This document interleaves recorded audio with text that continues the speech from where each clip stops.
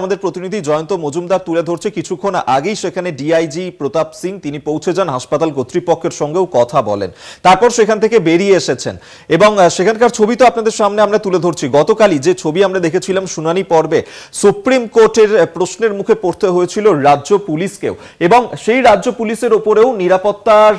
যে সুরক্ষা বলয় তৈরি করা হয়েছিল তার উপরে অনাস্থা প্রকাশ করেছিল আরজিকর হাসপাতালের জুনিয়র চিকিৎসকরা। 14ই আগস্টের কথা আপনাদের মনে থাকবে, সেদিন মধ্যরাতে যেভাবে হামলা চালানো হয়েছিল হাসপাতালের ভিতরে, সেই সময় পুলিশের যে ভূমিকা ছিল কার্যত তা নিয়ে প্রশ্ন তুলেছিলেন সেখানকার জুনিয়র চিকিৎসকরা। আর তারপরেই এই মুহূর্তে সিআইএসএফ নিরাপত্তার দায়িত্ব নিয়েছে আরজিকর হাসপাতালের। এই মুহূর্তে সরাসরি আপনাদেরকে আমরা আবারও নিয়ে যাব আরজিকর হাসপাতালের সামনে থেকে। আমাদের সঙ্গে প্রতিনিধি জয়ন্ত রয়েছে। জয়ন্ত, যে ছবি আমরা কিছুক্ষণ আগেই দেখলাম যে সিআইএসএফ এর ডিআইজি তিনি সেখানে বৈঠক করে তারপর বেরিয়ে এলেন,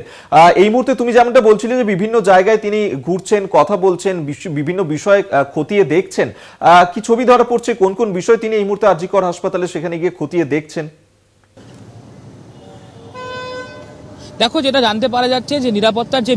নিরাপত্তার বিষয় নিয়ে কিন্তু দীর্ঘ সময় দেখা যাচ্ছে ডাক্তার এবং নার্সরা কিন্তু অভাব অভিযোগ ছিল, তাদের একটা অভিযোগ তুলছিলেন যে এখানে সঠিক নিরাপত্তা নেই এবং সেই নিরাপত্তার অভাবে কিন্তু একজন চিকিৎসককে প্রাণ হারাতে হয়েছিল।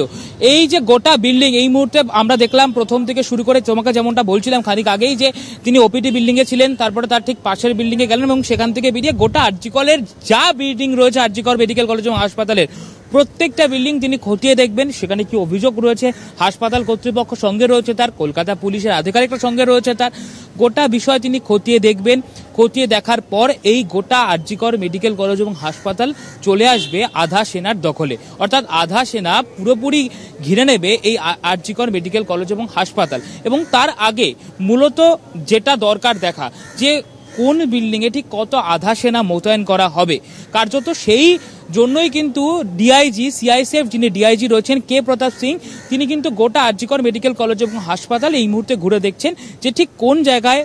নিরাপত্তার অভাব রয়েছে, কোন জায়গায় নিরাপত্তা একেবারেই নেই এবং কোন জায়গায় নিরাপত্তা বেশি রয়েছে এবং সেখানে কত কোম্পানি মোতায়েন করা যেতে পারে। এই যে বিষয়গুলো রয়েছে, তোমাকে এগুলো বললাম, সেই বিষয়গুলোই কিন্তু মূলত হাসপাতাল কর্তৃপক্ষ এবং কলকাতা পুলিশকে সঙ্গে নিয়ে কিন্তু সিআইএসএফ ডিআইজি কে প্রতাপ সিং তার আধা সেনা